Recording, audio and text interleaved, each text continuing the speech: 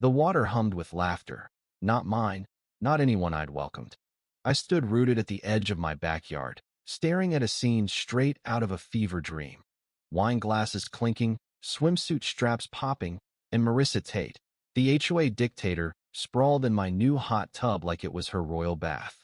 A stranger in sagging green trunks poured her wine, while she raised her glass at me, shameless, and chirped, "Oh, good. You're back. We were just saying how lucky we are to have a shared gem like this." My fists tightened.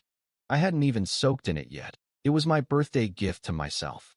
Now it bubbled with strangers, spilled cocktails, and Marissa's sandal dangling over the jets.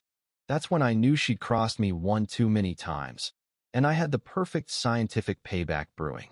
3 weeks earlier, I'd been basking in suburban bliss.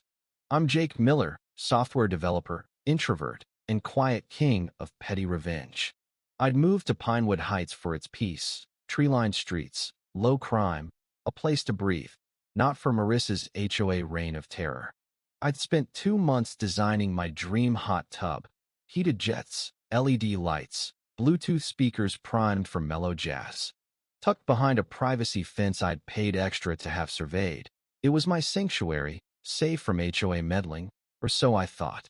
Then Marissa showed up for a routine check. Visor on, clipboard in hand, gums snapping like she hated it. She peered through my fence and sighed. "Nice setup," she said, her tone dripping with fake charm. "Technically, outdoor features like this need HOA approval, but I'll let it slide, for now." I reminded her, voice steady, that private installs behind my fence were my business. She smirked, scribbled something, and sauntered off. Red flag 1. Red flag 2 came when she mused about community spirit and shared resources.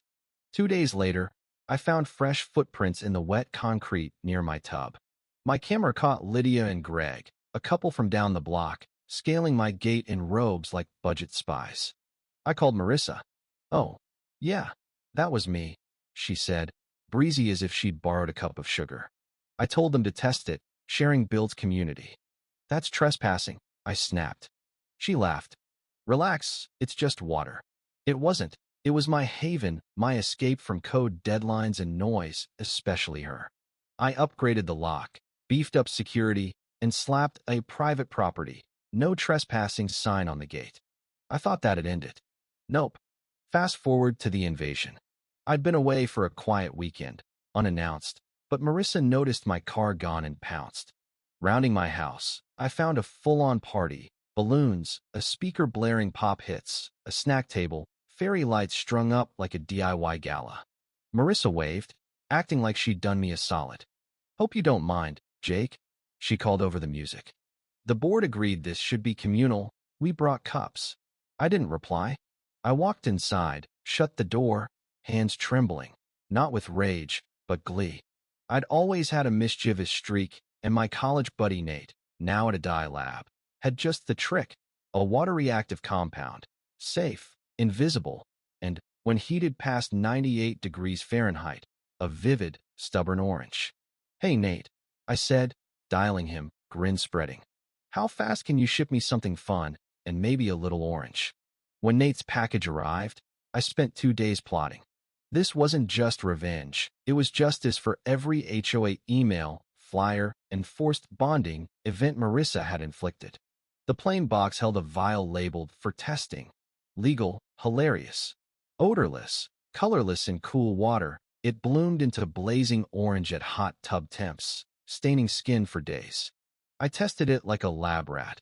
Clear water in a bucket turned volcanic orange with heat, an old rag emerging like a traffic cone. Perfect. I slipped it into my tub's additive pod, meant for scents but ideal for my prank. A test dip with a gloved hand confirmed it. Orange glory. I just needed bait.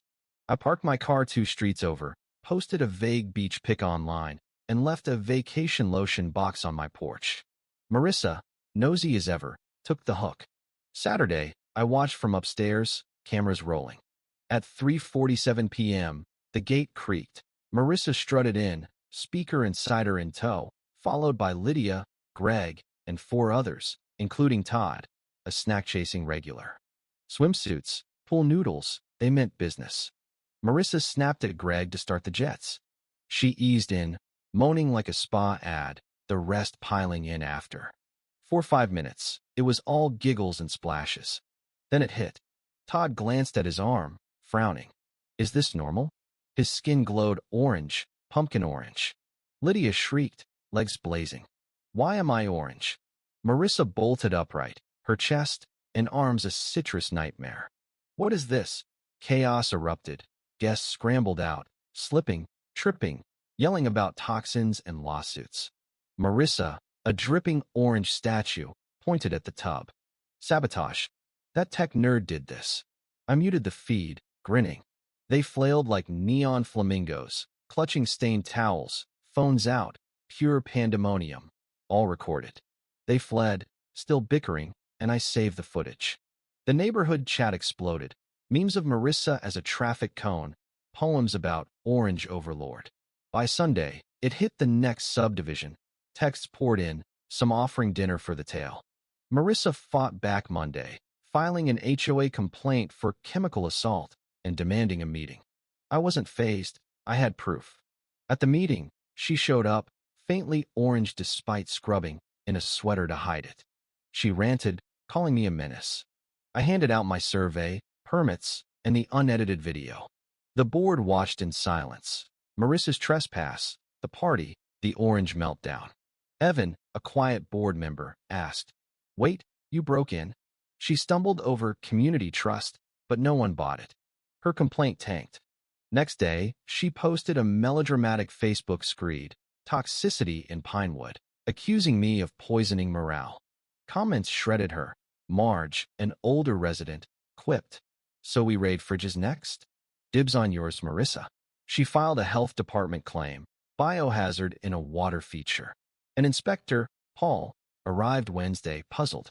I showed him the tub, explained the safe dye, handed over Nate's safety docs. He laughed. Heard about an HOA food violation here months back. Related? Maybe Marissa's shrimp obsession, I said. He grinned, filing it as neighbor silliness. Then an anonymous board tip came. Check the HOA funds. I found padded expenses, fake vendors. Marissa had siphoned cash for years. I taped proof to the clubhouse board. Whispers grew. Demands for an audit followed. Marissa sued me for emotional distress, claiming orange skin ruined her life. I laughed, called my lawyer, Ryan. Discovery's gonna be a blast, he said. Countersuing for trespassing, defamation, bring the video. She tried a unity picnic to rally support, food, bounce house, raffle. My friend Tina, a county inspector, crashed it, no permits, unsafe setup. It flopped, guests bailed. An audit confirmed her theft, thousands gone. The news ran, Pinewood's HOA hustle, her reign exposed. At court, her sob story floundered against my footage, docs, and Tina's affidavit. The judge ruled for me, damages awarded. Marissa slunk out, defeated. She vanished, house dark, then sold. The HOA, led by Victor, a no-nonsense vet, vowed no more overreach. My tub stayed orange-free, a quiet legend. At a barbecue, someone asked if Marissa turned fully orange. Just waist up, I said, raising a glass. Peace returned, mine, untainted.